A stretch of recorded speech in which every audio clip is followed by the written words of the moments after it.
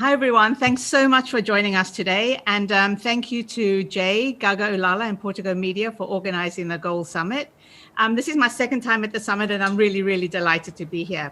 I have with me today Pierre Chung, General Manager of Viacom CBS Asia, based in Singapore. Jay Lin, obviously, who you all know, founder of Gaga Ulala, based in Taiwan. Dindo Mazan, Country Head for Philippines for True Digital. And Farouk Kabir, filmmaker, screenwriter and director based in Mumbai, and he'll be talking about his film 377 Abnormal. The topic today is LGBTQ content, what's trending, what types of queer content platforms in Asia are looking for. As we all know, the queer content is trending on streaming platforms for reasons including censorship, a lower censorship, and also because of their more diverse audiences.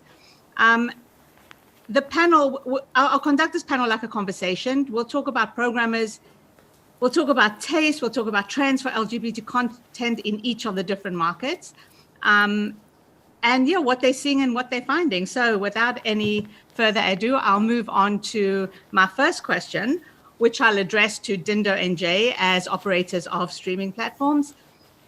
I'll start with Dindo. What types of LGBT content are you looking for as True ID in the Philippines, which has just launched? It's a very new platform, but the Philippines is an old hand at LGBTQ content. Apologies. What are you seeing, and what's working and what's not working? So far, we're very much influenced by Thailand, of course, because Thailand started with the BL series, and then Filipinos were able to have the opportunity to watch those series. After that, when the OTT platforms realized that there's a demand for such content, different producers or media entities started experimenting and followed that type of formula that our friends from Thailand have done. And this is basically, I want to introduce this kilig factor. Kilig is a Filipino word. It actually means like getting giddy, excited, love, and everything in between. Once there's a kilig factor, regardless if it's boy love or even girl love, we actually can appreciate such content here in the Philippines. So I think what works is if it's still in a way wholesome in such a way that it's not bordering porn, something that you could actually relate, like being a person in love. So that's something that works here in the Philippines. Another one that works would be anything that is very realistic and really relatable, like for example, meeting someone at a cafe or your classmate or an office colleague. Those scenarios that could actually be experienced by any member of the LGBTQ community would work here in the Philippines. What doesn't work are those things that are quite pretentious, that there's a different objective in creating such content that actually belongs to the porn sites. But this one that we have here, we really appreciate it. I mean, some content coming from Gaga Ulala actually would work here in the Philippines. I'm sure Jay would be able to share how Filipinos have been consuming their content. So we'll move to Jay. What are you seeing? A good segue. Thanks, Dindo. So Gaga Ulala has been around for almost 4 years. We launched January of 2017. And we've noticed the taste transform over the last 4 years. Initially, we were acquiring and launching mostly European or North American LGBT titles from film festivals. And those certainly did well. And they were catering more to kind of like the LGBT community directly. But then I think the audiences started getting a little bit bored with just this type of content coming from the West. And the feedback that we got once we started putting more Asian-based LGBT content, even though these are not necessarily festival favorites, they might be lower budget, I think the Asian audiences really took to them. Because before Gaga Ulala, a lot of this content other than, let's say, the Thai BL, weren't able to get picked up by streaming services, nor were they really able to be put on mainstream cinemas or TV channels. And so this created quite a big excitement. When we launched our Gaga Ulaf service globally in May of this year, we noticed that the audiences outside of Asia are equally, if not even more so, interested in Asian LGBT content. And I don't know if it's from sort of the Asian diaspora, the LGBT diaspora that have moved to other parts of the world, or from the Western audiences that are finding in mass these Asian titles that they have not been able to view, even in their streaming platforms or channels that are, quite diverse in terms of programming, because, Netflix, Amazon, CBS, ABC, they've really kind of opened up kind of diverse characters and storylines, but not necessarily Asian LGBT. So we noticed that this content also play well to the West. We also noticed that the audience base is no longer just LGBTQ community. Just like Dindo said, there's increasingly and quickly growing segment of our audience base who are straight women, both from the East and the West, who are tuning into BL series.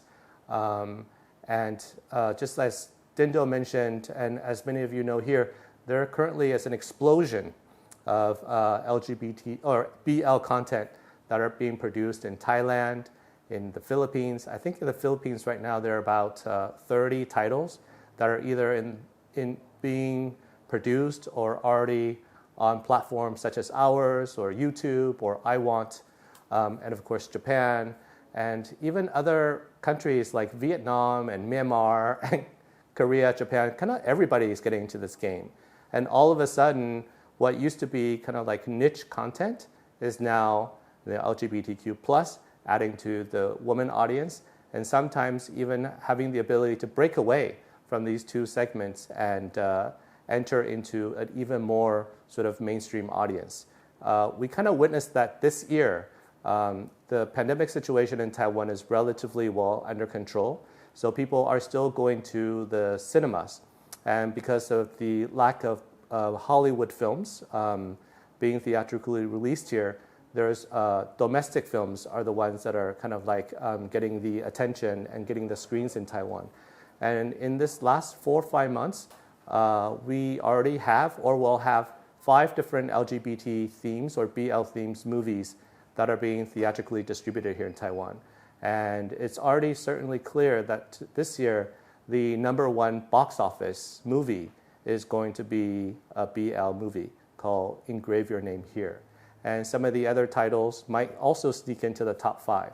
So, this speaks to kind of like the changing tastes of Taiwan and maybe of Asia, and the increasing interest of LGBT or BL content from the West.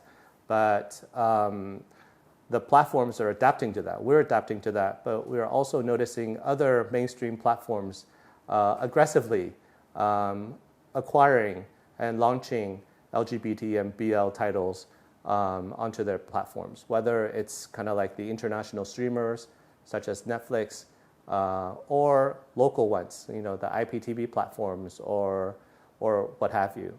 And lastly, I want to say last weekend was the Taipei Pride. It actually took place. And before Taipei Pride, Netflix released a report, a survey based on Taiwanese audiences. And over 82.6% of them mentioned that they've actually seen and will go see LGBT-based stories, whether it's in the cinemas or on streaming services. And the same percentage also said that they believe watching content that has LGBT characters has the possibility of changing the hearts and minds and attitude of people towards LGBT. And I found that to be totally phenomenal. And it's kind of coming of age for diverse content to be accepted by a mainstream audience in Taiwan.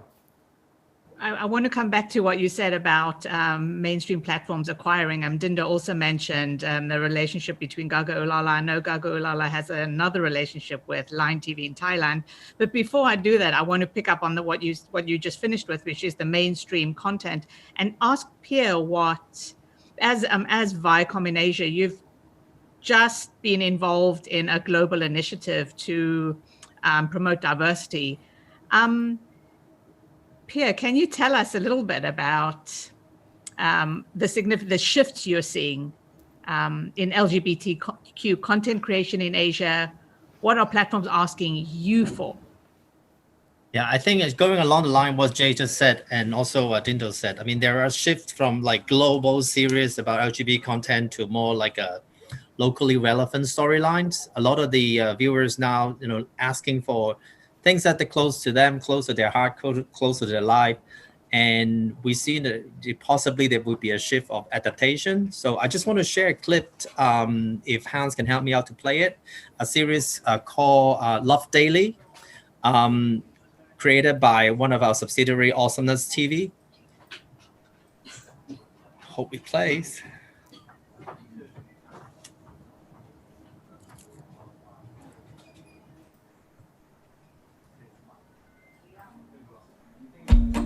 If you think about it, anything can sound like a fairy tale if you wanted to. Listen, man, we've got cameras in here, so... Oh, what a day to be alive. Hold my hand. I dare you. To have a heartbeat. Does your heart always beat this loud? Basically, it's a love story, different batches of love story. We play it on YouTube. We create it for YouTube and then for our content buyers. And there's a lot of LGBT stories behind it. And then the idea for us is to create a local version for Asia. So we actually, for the next year, we're planning to, do a lot of adaptation, hopefully, based on our global stories.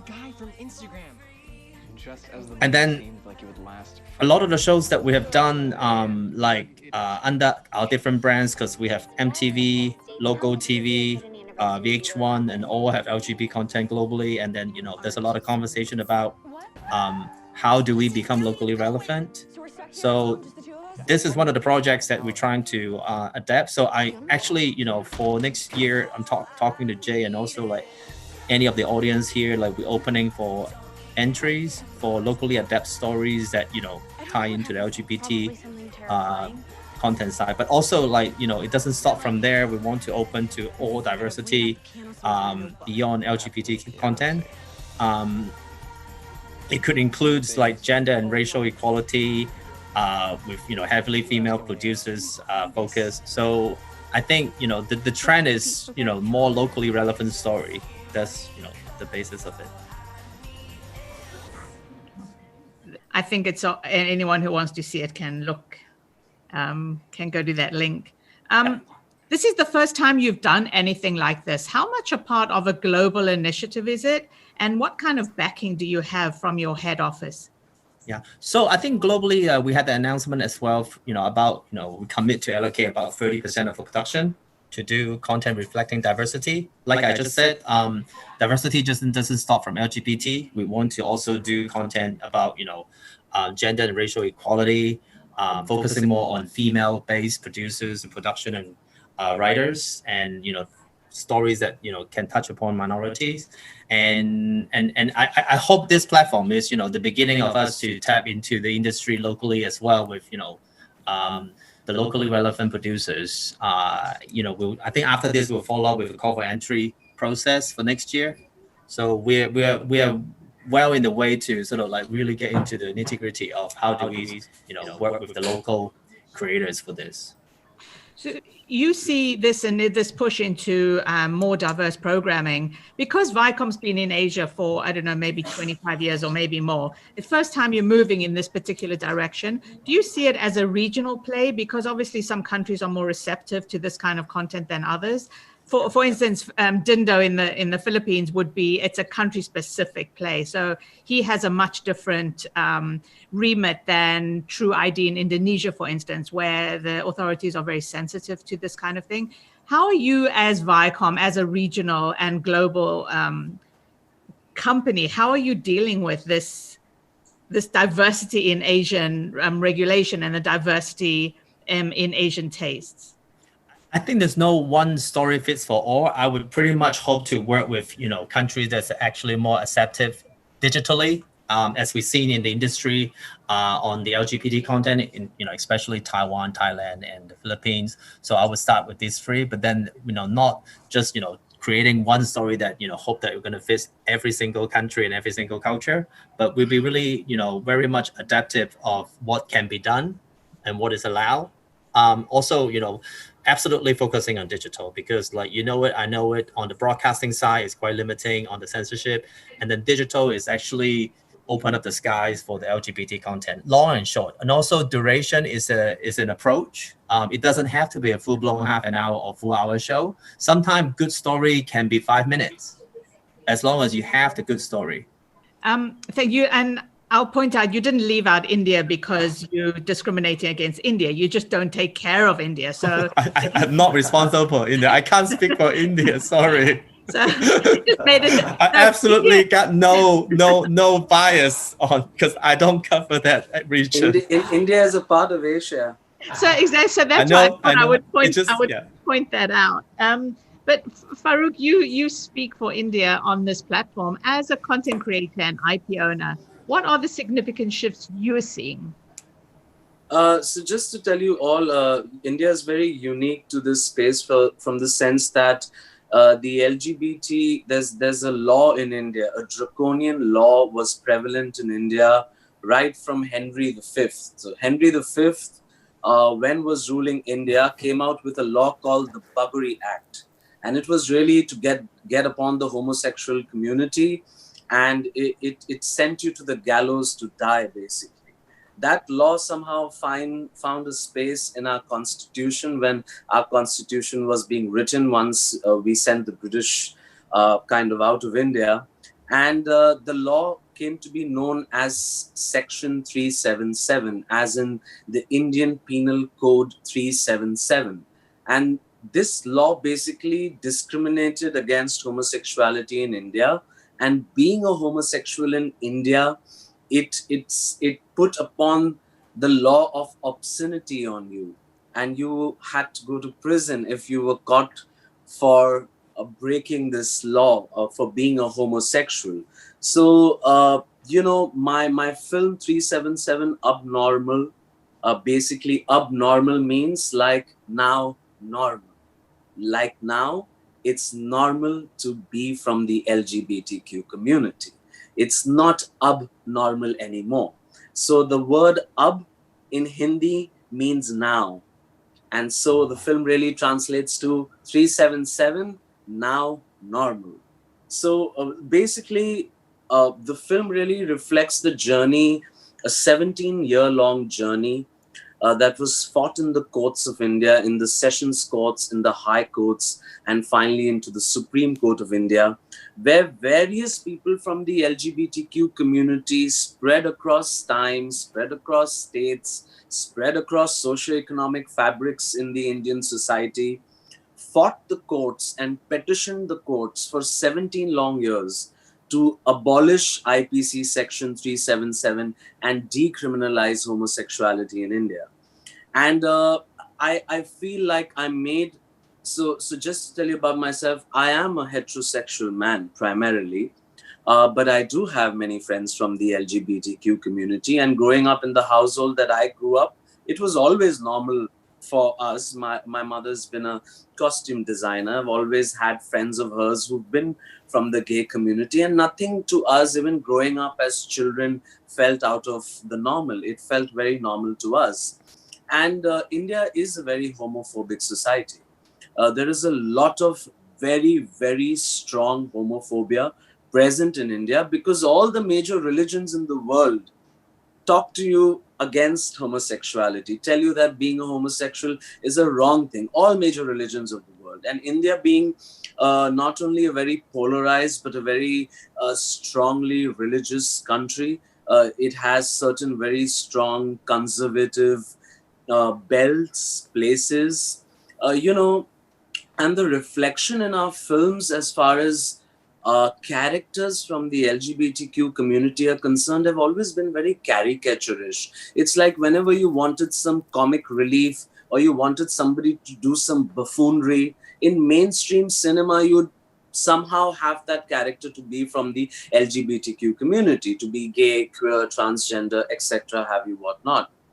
So I really wanted to, somewhere Dindo and Jay and Pierre have also in a way kind of hit upon this, that one of the actors, for instance, while we were discussing the script after I'd written it, again, it's a multi-plot narrative. I wanted to tell many stories and then have them culminate at this one very poignant point in the film, which ends with the Supreme Court verdict in India, where the 5-judge bench in India, the 5 justices of the Supreme Court, wrote a 400-page judgment, and I've read the entire 400-page judgment. And it starts with one of Gothe's quote, and it says, "I am what I am, so take me as I am."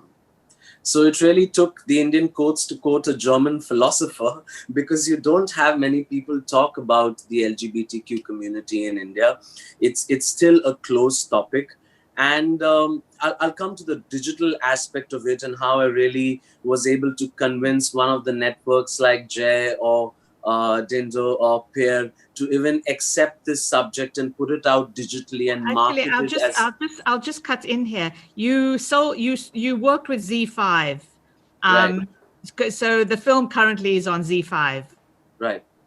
So how did you persuade them, and what was the journey from concept to screening?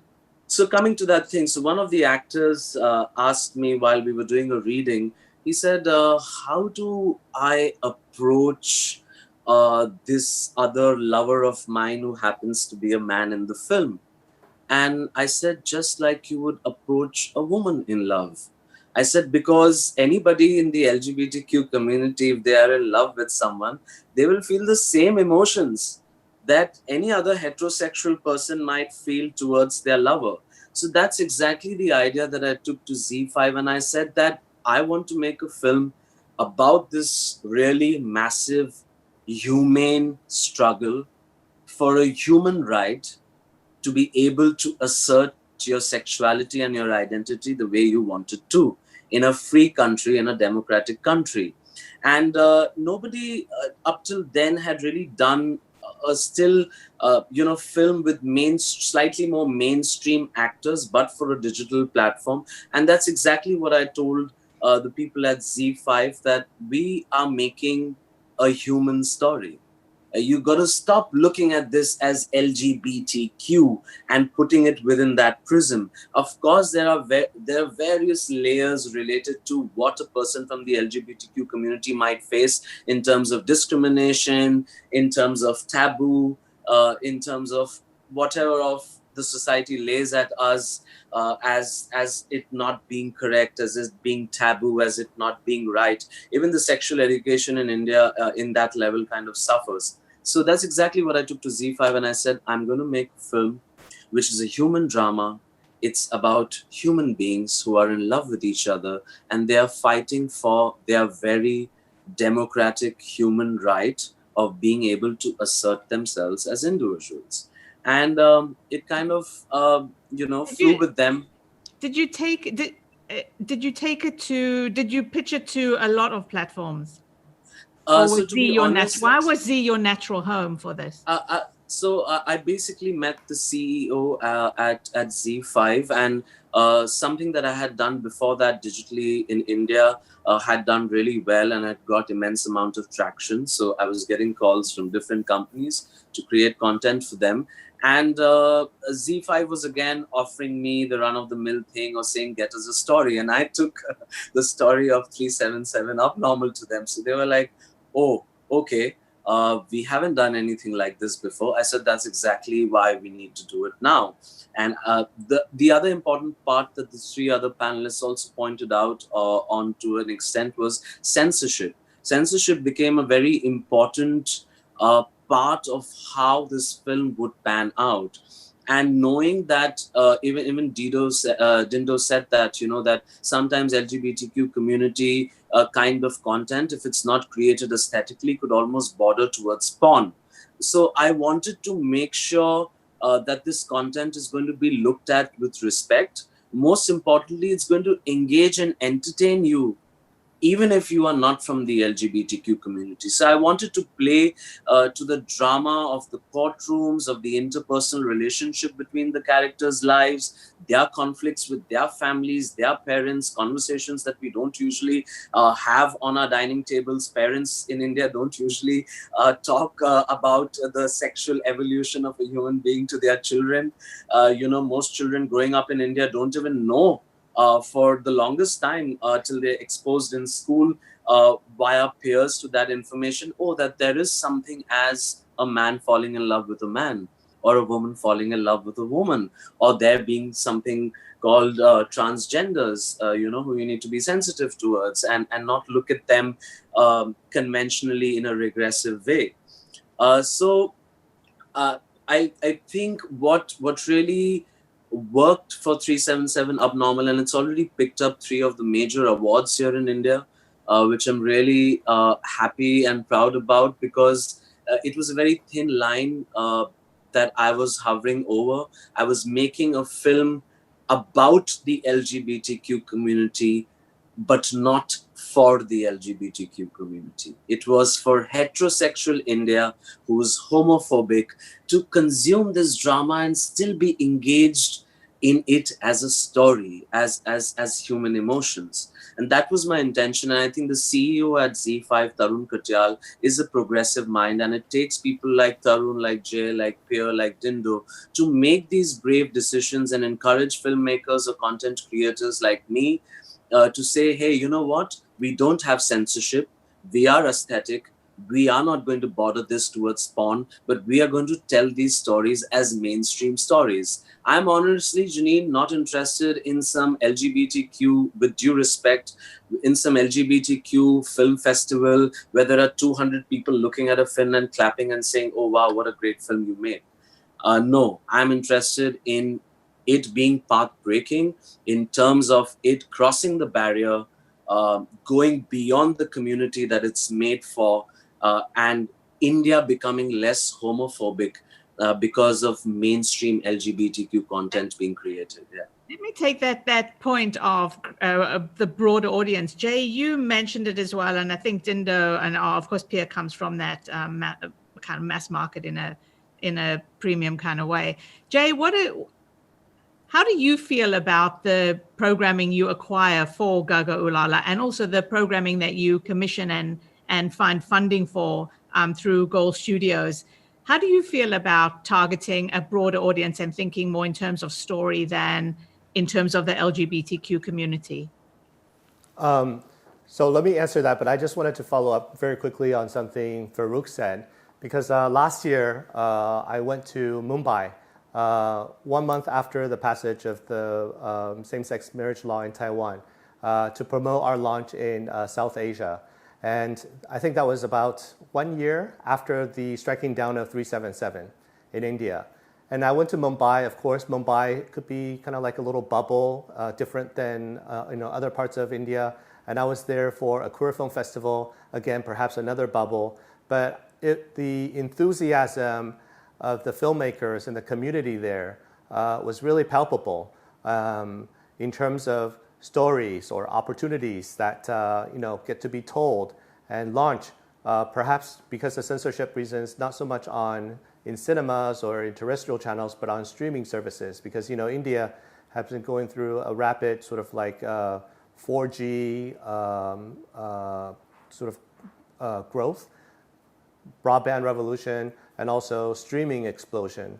But I don't know what happened, and then the pandemic hit. I don't know what the situation is going to be like for India in the future, but I definitely can relate to what Farrukh said about making an LGBT film for the mainstream community, because I was also involved in the making of a documentary, or the producer of a film called Taiwan Equals Love, since I was one of the 5 founding members of the Taiwan Marriage Coalition here, and made this film detailing kind of like the process of getting the passage of same-sex marriage and following 3 different couples from 3 different generations of LGBT couples and the challenges that they face if the law were not to be passed.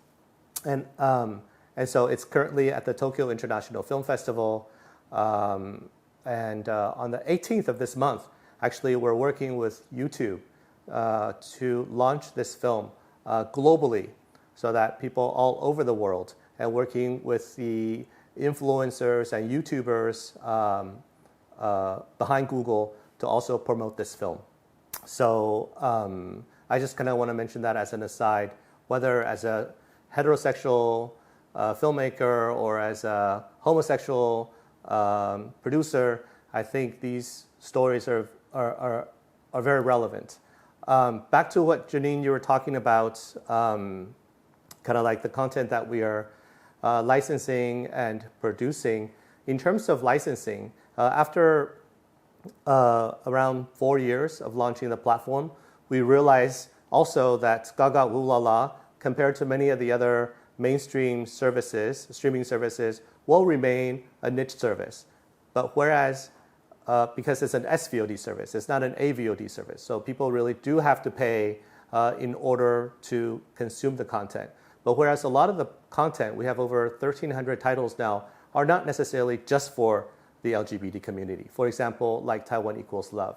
So our approach now actually is to create certain content output deals or strategic partnership deals with the likes of Line TV Thailand, where we're providing a lot of our originals and a lot of the content that we can sub-license onto a bigger platform, such as Line TV Thailand, which is an AVOD model which can service the whole entire country of Thailand.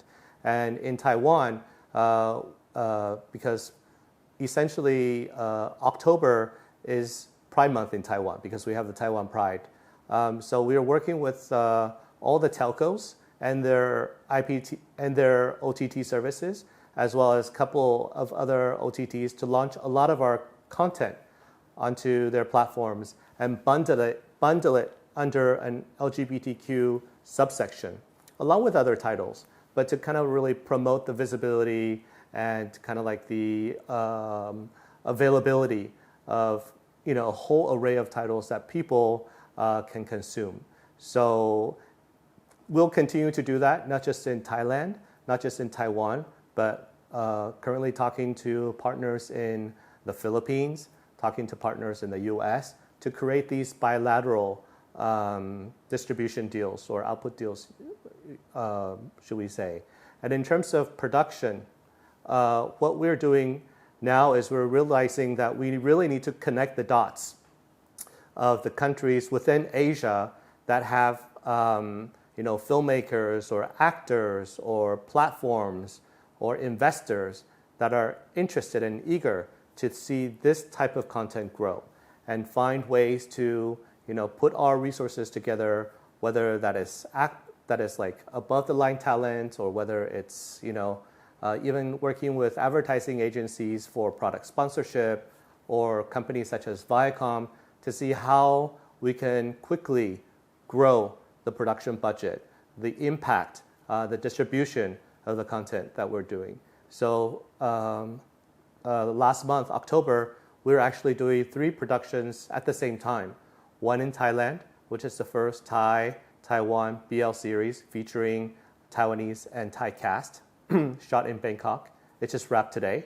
And a series about gay dads that was shot in Taiwan, and that actually shot at Taipei Pride. And also in the Philippines, working with a director, Adolfo Alex Jr., about a time travel sort of like romance series. And all 3 of these are co-productions with different production companies and directors. But they all have some element of international collaboration involved. So more and more so, this is going to be our model going forward. And this is one of the reasons why we are having the Gaga Ooh La La pitching sessions so that we can get projects from all over the world.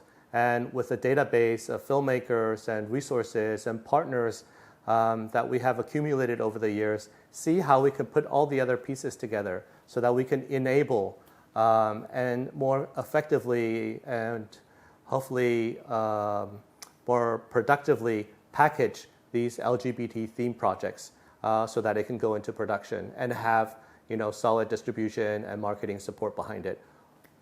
Whether it's LGBT content for the LGBT community, BL, or for the overall mainstream audiences.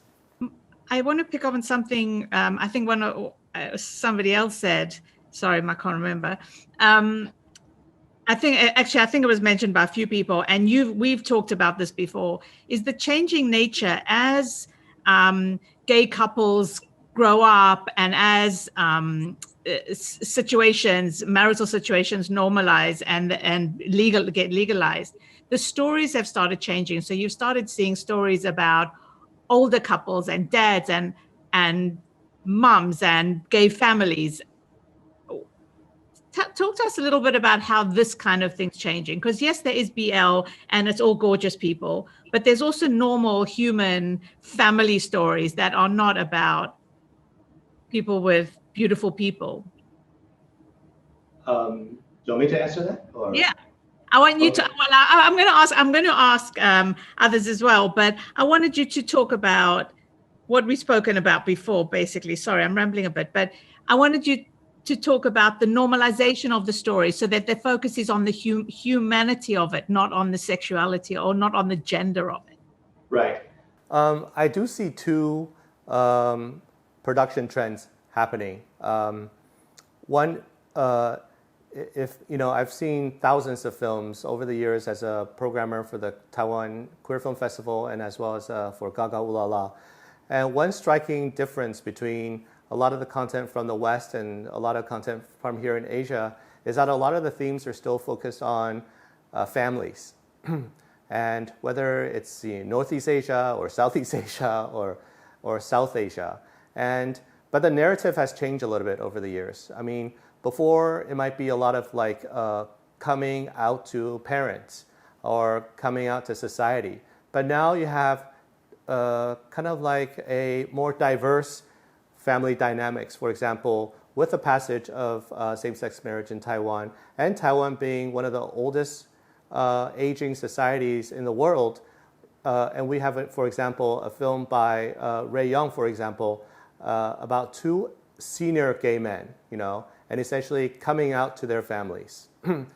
Or you have, gay couples or lesbian couples who want to create a family and dealing with the complications and kind of like the difficulties of doing that. Facing the difficulty with each other, facing the difficulty with the in-laws. Now there are in-laws also in the picture with marriage and children, and also with greater society. So definitely I see the family narrative being extended beyond the traditional coming of age and coming out. The other trend, and I see more particularly here in Taiwan, just because I think there has been a lot more LGBT titles or content that have been produced here, is people are kind of just putting all the definitions and all the tags and labels behind gay, straight, transgender, bisexual, behind, and just telling stories without really even focusing on whether the character is gay or straight. Or I agree with what Jay just said, because the stereotype is actually sort of like disappearing, because the all LGBT stereotypes are all blended into family story, life story. We all live the same life, struggling with jobs, career, education, family relationship. All this storyline blend into the new LGBT series, because it's a struggle and the storytelling that actually engage the audience. So I think, definitely I think naturally it's like from niche to mainstream trend onto the LGBT content making. I mean, I think it's good for the industry. It's good for the creators, who might be watching this. It's good for our mainstream platform as well. So that means like we got more content to look into with the LGBT theme, but not just for one community. Yeah. One last thing I'll say about the trends is that I think a lot of the LGBT filmmakers are also shedding the responsibility of like carrying the burden of advancing the LGBT social, political, cultural movement, and they're just going forward and telling stories that they want to tell, whether it's going to be taboo or perhaps frowned upon by the LGBT community, or perhaps we might face some opposition from anti-gay. They're kind of like shedding those worries as storytellers and just going for it. And so we're seeing, stories that are covering sort of taboo subjects and also pushing sexuality and perhaps like violence, a little bit more along the lines of everything that we're seeing on platforms such as Netflix or wherever else, and just becoming more normalized in that sense, and kind of leaving the burden of having to be an advocate for LGBT causes behind, and just truly becoming more and more of just like a storyteller with stories that they want to share. I really like that approach when you said normalization. Similar, picking up from what Farouk mentioned, the abnormal or the new normal. That's a really good handle right there. For example, in True ID, in the Philippines, we're just gaining traction in terms of our platform. But in Thailand, we're taking cues from Thailand, and they've been acquiring a lot of LGBTQ content. But the thing is, we actually don't compartmentalize it or box it as LGBTQ. It's actually part of the content library that we're trying to fill it up. Like, for example, here in the Philippines, since we're focused more on non-scripted content, we're showing that LGBTQ community or any member of it are also good in esports. They're actually good in cooking. Some cooking recipes done by a member of LGBTQ community, sharing insights about social issues. What we're trying to veer away actually with those highly political, controversial. It will always be there, right? But that's kind of the stereotype for the queer content that we've been looking at before. I like what Farouk mentioned, that it's for human beings, like whether male to male, female to female, but just human beings being in love, human beings having their normal conflicts, having their usual problems. And that normalization will eventually, right now, I think it's gaining its traction into becoming a mainstream content. Like, it's actually at par or in the same shelf as the other content that you'll see, let's say Netflix or in other big platforms there. These platforms actually don't need to put a shelf for LGBTQ. These particular content could be falling under the same categories as the other normal content that we're producing or acquiring for these platforms. So in my case, I won't even label it as LGBTQ. It's actually just a person cooking, but he or she happened to be in the LGBTQ community, or this content was actually produced by the Wachowski brothers or sisters, for example. These things, we want it to be mainstream and not to put labels in such a way that, I think it was Farouk who mentioned it, that it's a content for LGBTQ. It's actually more of, it's a content that can be consumed by anyone, whether you're part of the LGBT community or not. And it's good content. It all boils down to the quality. But let me ask you, when it's fine to say there's no specific destination, there's no specific shelf, there's no carousel for LGBTQ, but so every platform really has their own tag and their own approach. But when you sit down with your acquisition schedule, do you have that spread, that diversity that you don't? Do you have that internal imperative to do so many films by, say, female directors, or so many films that deal with horror, or does LGBTQ come into it, or is it just really random?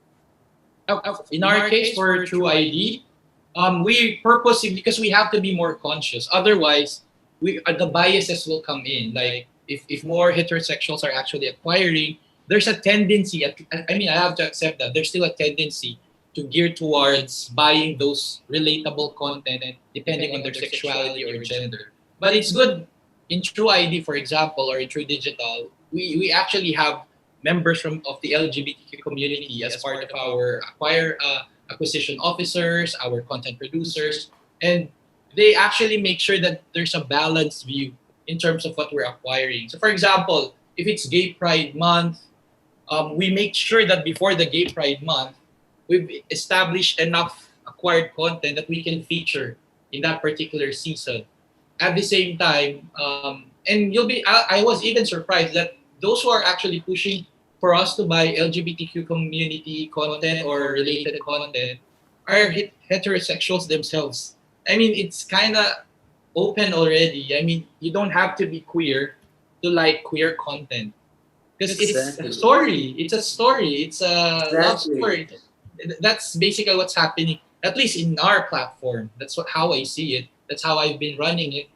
And I guess, as Farouk mentioned earlier, it all boils down to the leader. If or she is actually open-minded about this and progressive enough to consider that, I mean, it's 2020, right? So, I mean, we can actually appreciate everything regardless of where it's coming from. Yeah. So, And also, sorry, Farah, just, on the storytelling side, even on your comedy, because, we have Stand Up Asia, which is a locally made show in Asia.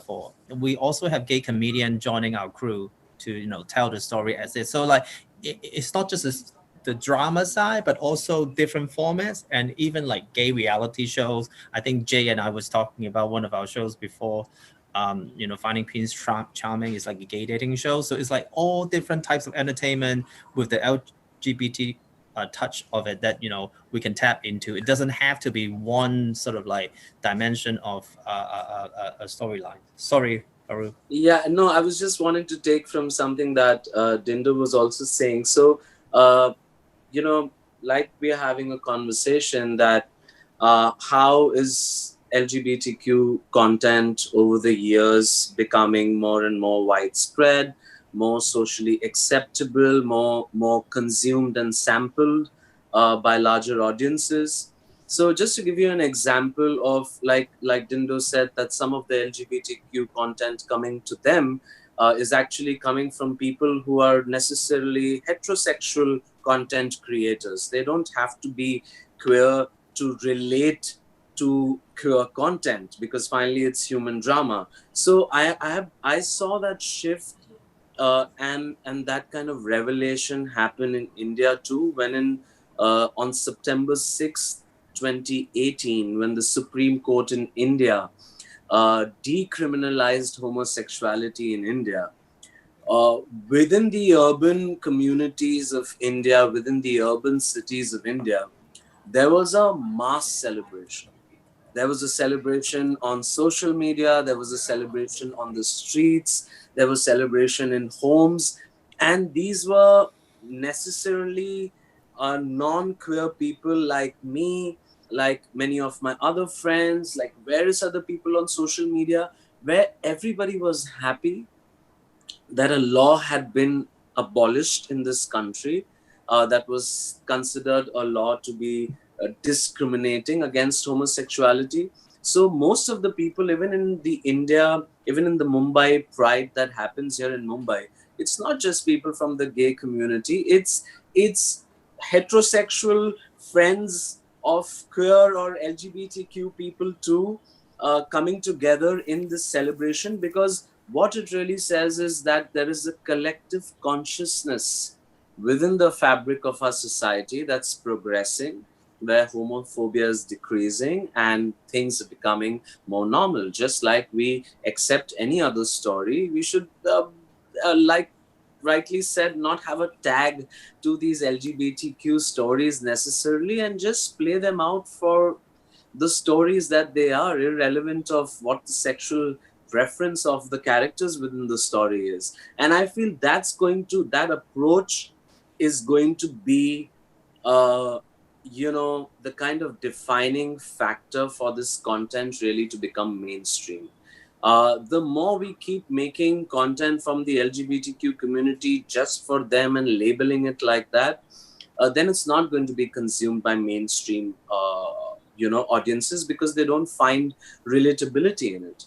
And this is why for me, when I was making the film, what I really did is I spoke about these various relationships, like a mother comes out, a daughter comes out to her mother, say for instance in 377 Abnormal, there are these two characters, and a daughter comes out to her mother and says, I just wanted to tell you that I'm not interested in boys and that I'm lesbian.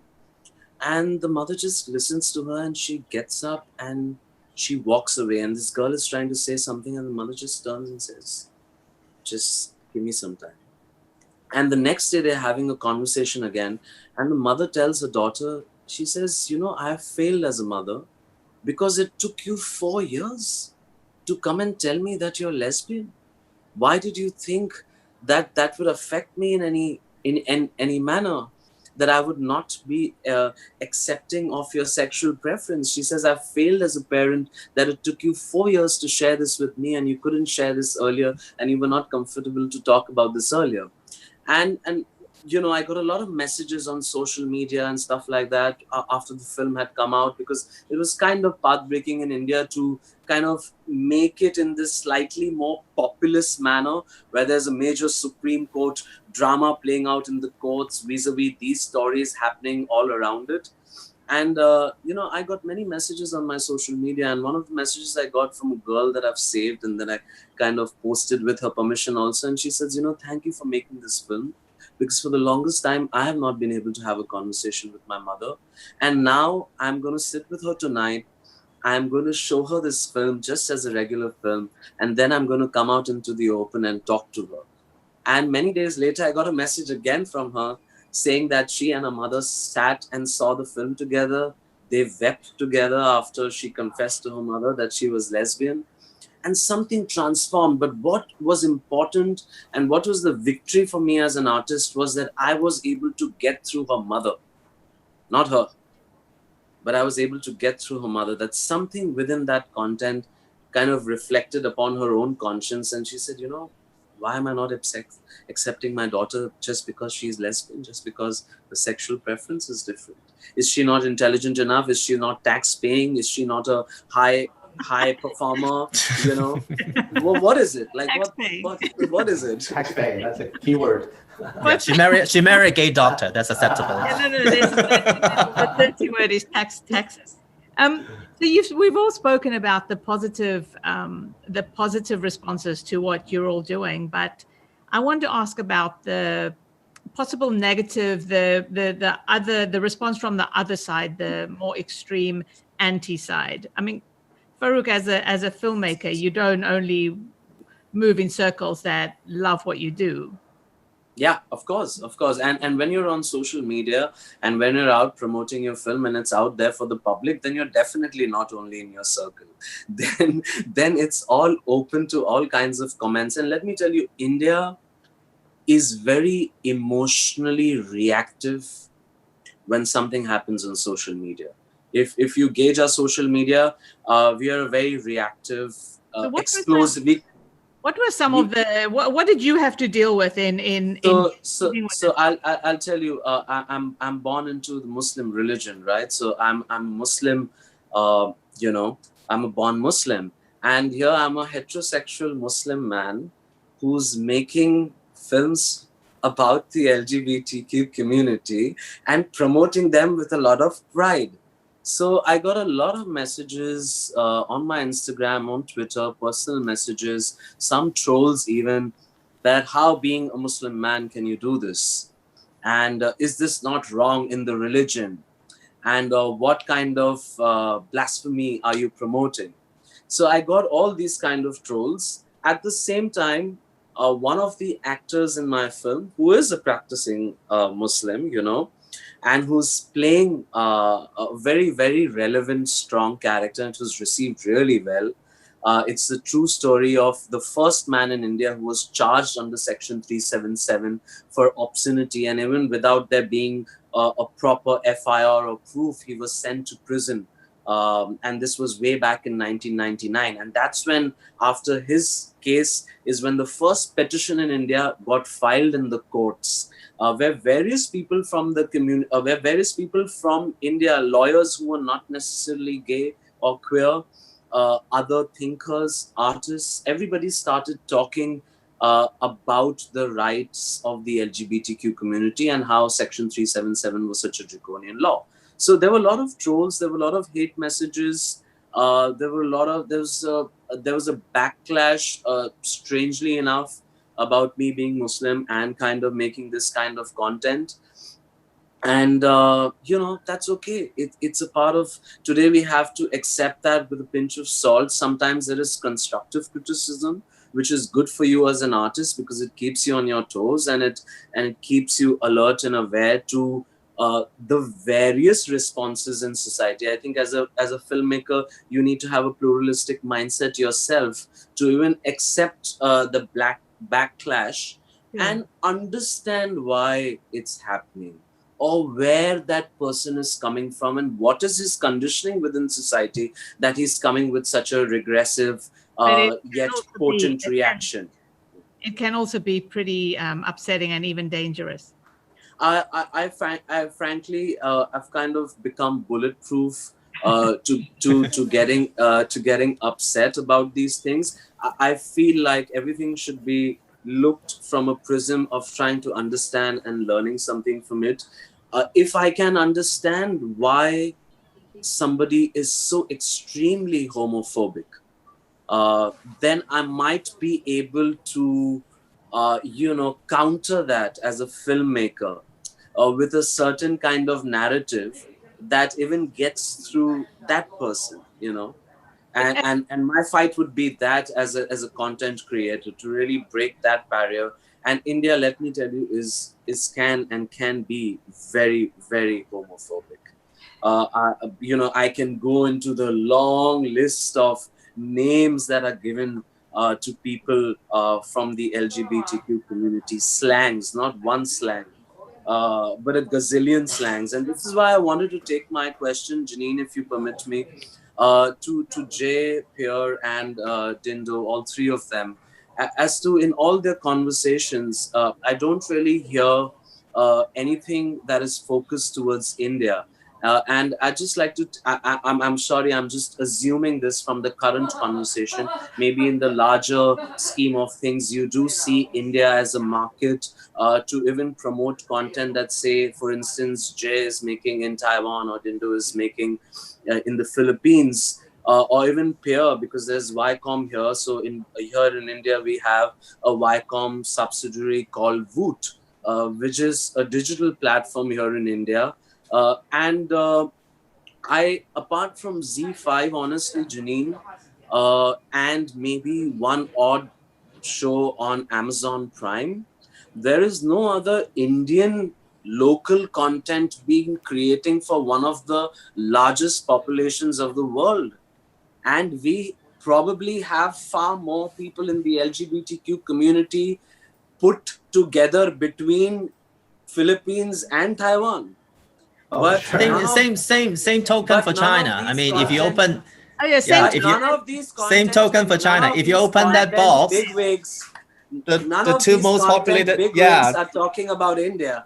Yes. Oh, I don't know that they're not. I think that Jay has had some experiences in India, but I still think that I think Zee's been a front runner. I think Zee's been pretty brave. They also did a series in Pakistan that they took quite a lot of heat for, about that had Muslim women. So they took it because they portrayed women in a new way. So I think Zee has been pretty trailbreaking here. But I don't know, Jay, you've also had your share of discrimination when you were trying to roll out Gaga Ulala. Pierre, I'm sure you're taking your initiative across the region. People are going to ask you. I think Jay got more experience all over Asia. I mean, he was doing quite a few projects. Well, Jay, in the early days, there was people who wouldn't provide payment platforms because of the content. Right. I think, first of all, I need to respond very quickly to Farouk, because we did make a very concerted effort to break into the sub-Asian market. In fact, we made it kind of like a priority for a whole entire year to break into the subcontinent. First of all, I think Indians, for the most part, consume Indian content. but whether it's different parts of India consuming different languages, Tamil, Hindi, etc., but they for the most part consume Indian content. There's very little Indian LGBT content that is being made for the LGBT community, first of all. And that's one of the reasons why I went to the Kashish Mumbai Queer Film Festival, to meet the filmmakers, to see if I could commission them into making them, and to license whatever I could onto the platform. And so for the most part, except, like you said, the one-off Amazon Heavenly Made in Heaven, or the film How I Felt When I Kissed a Girl, there just isn't a lot. And I think you can have very independent filmmakers make very independent films, but they are not getting picked up by the channels. They're not getting picked up by the streaming services. And the foreign streamers, I think, are a bit hesitant to invest very heavily into blatantly LGBT themed projects as well. Farooq, you wanted to... Yeah, Jay, I just wanted to add to that. So Jay, here is where I feel like there is a certain...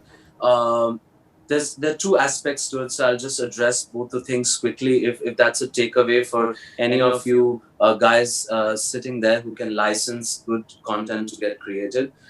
So two things. One is that unlike people might understand it, there is a very large, very, very large, heavily paying audience in India that is urban and that would love to consume Indian LGBTQ sensitive created content. Because let me tell you, Jay, that the kind of happiness, inertia, excitement and celebration that India expressed when 377 as a law was abolished in India and when homosexuality was decriminalized, it broke way across the LGBTQ platform. And I saw that reflection very closely, and very soon, by the time in September this verdict happened, in October I already started writing my script. By Jan I was done with my script, and by March I released my film on the platform. So in under 6 months I wrote, directed, produced and released that film. It was received very well and it picked up 3 of the major popular awards in India. It beat other popular non-LGBTQ made films to win these awards, so to speak. So that again is a reflection of how really the Indian urban audiences are consuming this content. So I would really encourage you all to do that. Second thing is, Jay, that here is the trap that, and I'm saying this with all humility to my limited knowledge. Of course, you're a pioneer in what you do. I'm just a content creator, and my focus always really with Blinkers is to create a human story. Is that the more you are going to, or heads of platforms like yours are going to approach people only from the LGBTQ community to create or license this kind of content. Like you said, you went to the Kashish Film Festival. Well, I feel like the Kashish Film Festival is exactly the way not to go. The way is to go to mainstream filmmakers and tell them to make human stories about the LGBTQ community. Just like, for instance, I did, and I'll tell you something. The reason my film even ZEE5 even took my film, accepted it, put it out there, put money behind marketing it, promoting it, and doing all of that is because I am a slightly mainstream maker. I'm a mainstream filmmaker. I'm not a niche filmmaker. And that's the sell that worked for them. They said, okay, this guy creates good drama. We've seen him create stories across different genres. So why not give him this genre? Let him create the drama that he's envisioning to entertain, to engage. So that's something that I would say, give you this unsolicited, not really advice, but just a conversation that I feel like that's the way to go, is to approach more mainstream filmmakers to create. And trust me, don't think, please, for a second that heterosexual people cannot emotionally understand the various array of emotions. And sometimes it takes an outsider to see something from a wider and more broader prism. Just like saying, for instance, a Danny Boyle comes to India and makes a Slumdog Millionaire, which wins an Oscar. It's a film where he's shooting Indian slums and all of that, but it's just visually, Jay, that film was just so different, like any other Indian filmmaker had done it before, in a visual sense, that became really a striking element even for Indians here. That, oh my God, oh, this is Dharavi, this is the largest slum in India. Wow, it kind of looks really dynamic. How did this filmmaker do this? So sometimes I feel it takes an outsider really to see something from a wider, broader perspective and create potent content around it. I think this is a long conversation that probably might be left for another day, but I also feel that at this point, with diversity being such an imperative, I think people who've had all the advantage for all the years need to maybe step aside and say, right, we do need diversity. We do need more women in front and behind the camera. We do need more older people. So that's it. So I'll put a pause on that conversation till another day. But Jay, you didn't answer the question about, is it easier for you now to get supplies, to get platforms? 5 years ago, you had problems. Yeah. Okay. I just need to say 2 sentences to respond to Farouk. So I've never for a second assumed that a heterosexual person cannot tell an LGBT story. So we work with filmmakers of different sexual orientation, different background, different gender. That's that. And we have not just going to Kashish to find content, but we've talked to companies such as Viacom 18, Al Balaji, Voot, a lot of them. But there isn't, at this stage right now, a lot of content that we can license. In terms of original productions, that's a different story that entails a lot more budget and a lot more planning. But hopefully we can get to that stage soon with India. You can get in touch with me anytime. I will for sure. Maybe this is a good time for me to bring up. You do have increasingly vibrant Gold Studios where you do back your own productions. And just maybe talk about the progress you're making. I think we launched Gold Studios in 2019, and we came out with a slate of our own content, which already has co-productions with the US, with Thailand, with Japan. And we have seen successes with those productions, going to film festivals, doing very well on our platform, and also with sales.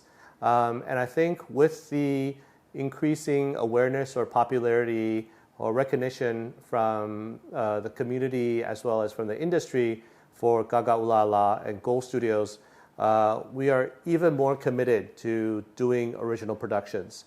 What hasn't changed is we're still looking globally for projects for which we can create partnerships, meaningful partnerships, creative partnerships, distribution partnerships, marketing partnerships, financing partnerships. What has changed is that we are finding bigger partners now. Partners that also are not just coming in with a script or with just the creativity, but also with distribution and marketing and financial support. Hopefully in the near future with the likes of Viacom or with True, but currently already with certain partners in Philippines that I can't release immediately, but will so soon. But with local partners here in Taiwan, with the terrestrial channels, with the OTT platforms, and in Thailand. And so I think that's going to be an evolution of our production journey. Never lose heart of the stories that can be very impactful with just a small budget, with just a great storyteller who can tell a story and use this as a platform to get that story and get that universal message out. But also starting to look for partners that can enhance the impact and distribution and sort of like the business opportunities of the projects that we're getting behind. And these are not, you don't have to be an card-carrying LGBTQ person in order to apply for this, for these. Yeah. We're never checking cards. We have no idea what the orientation of a lot of people that we work with are. It's just not relevant. Yeah. Thank you. Pierre, you wanted to say something? No. I just, like I said before, like we are definitely, opening 2021. We are opening for entries for LGBT, but also like, engaging storyline that touch upon the sort of like the community content piece. So I think, this is a great platform to sort of like understand each other and converse about the next stage of the LGBT content. It's not just limited to, boy love and the coming of age storyline, but also it can touch anything that actually with a bigger subject. So I'm just, really glad that, we're having this platform discussion. And Jay, definitely we're gonna talk a lot offline. And then I feel like this session it should be done over drinks. From your mouth to God's ears. Thank you. I do want to. We've been speaking for maybe an hour, so we're kind of coming to the end of the session. But I wanted to ask you all what you'd like to see apart from having drinks in 2021. Maybe Jay, you want to start off? Like I mentioned, well, first of all, I hope that there are going to be thousands of people who will be coming to the Goal Summit.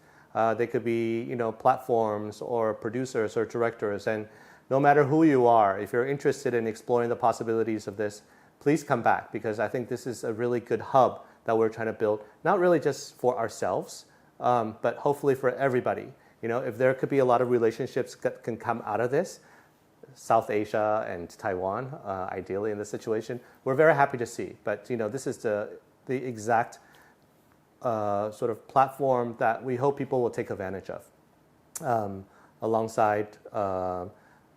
So 2021, I hope the pandemic will be a lot more under control throughout the world, because a lot of productions currently are shuttered. And even though we're doing productions in the Philippines and Thailand, I can't even travel there. Everything is done digitally. Somehow it feels really kind of unreal. And also film festivals, which is an important sort of like way to launch and get notoriety for titles. Like one of our films is launching at the Tallinn Black Nights Film Festivals today. It was announced. It feels so foreign to me. I feel nothing. I'm also in Tokyo. So I just hope the pandemic could be stabilized for everybody, so that we'll never go back to the way it was before, but at least some more manageable manner for productions to continue, for people to meet face to face, and for these hubs, whether it's film festivals or whether it's markets or conferences such as Content Asia, can also take place physically for people to connect. Farouk, what would you like to see next year? No, pretty much like Jay, and I think all of us here, we definitely want the pandemic to come to some kind of conclusion and for normalcy to return. But yeah, most importantly, again, I would like to see the world traveling and connecting again in person, and I would like us all 6 of us, 5 of us, to meet in Taipei or wherever the next Goal Summit is going to happen in person, and have that drink that Jay said. Yeah, that's what I'd very like. Thank you. Tinder, what would you like to see? Well, basically, first of all, Jenny, thank you for making me part of this discussion. I mean, it's True ID in the Philippines, it's its infancy stage, but it's perfect timing because by next year, we're actually looking at scripted content. And part of that is addressing the LGBTQ community. What I wanted to see next year would be some collaboration with these fine gentlemen here, like joint production, or even that open pitch that Jay mentioned, because we actually experimented with that one just a few weeks ago. We had like a contest for creators here in the Philippines, and something can be done perhaps in an LGBTQ setting, wherein we can have several ideas that we can consider, and then eventually get it out in the market, not only in the Philippines, but the rest of Southeast Asia, or South Asia included. So the entire Asia. You forgot Northeast Asia. Yeah. Cool. Yeah, China, come on. Yeah, I mean, ultimately, I want to see places like also China could open up for LGBT content as well. But then I think next year, definitely, I think, today is so inspiring that, on top of the LGBT producing crowd, but I would also like to see more mainstream crowd to get together next year to talk about projects and talk about, story that we can all tell to a biggest audience. So I absolutely think that would be the direction. But then it takes time. The pandemic doesn't actually help with the limit of interaction. I think whenever the creative conversation happen, it takes a much longer time to sort of like make things happen. So next year, definitely, I think Jay, please don't stop and do more of these things, and then we get together and find ways to work together. And I'm confident that we'll find ways to work together. It just we just need to categorize the angle and also the category of things that we want to explore. And I think it's very, so if I can wrap it up, I think the Viacom's global initiative, the order that comes out of head office for diversity, is a key element in making all kinds of content and participation by all kinds of people part of the conversation, so that yes, that everything is normalized and we can stop talking about your gender, your sex, your race, your religion. We can just all be great storytellers. And on that note, I will bring this to a close. Jay, thank you very, very much for organizing the Goal Summit, and I really look forward to participating and to seeing everyone else. Hans, who is behind the scenes, thank you very much for arranging it, and thank you all for joining us today. Thanks, everybody. Thank you. Thanks, Jay. Thanks, Janine. Thank you. Saru. Thanks, Dindo. Bye-bye. Yeah. Bye.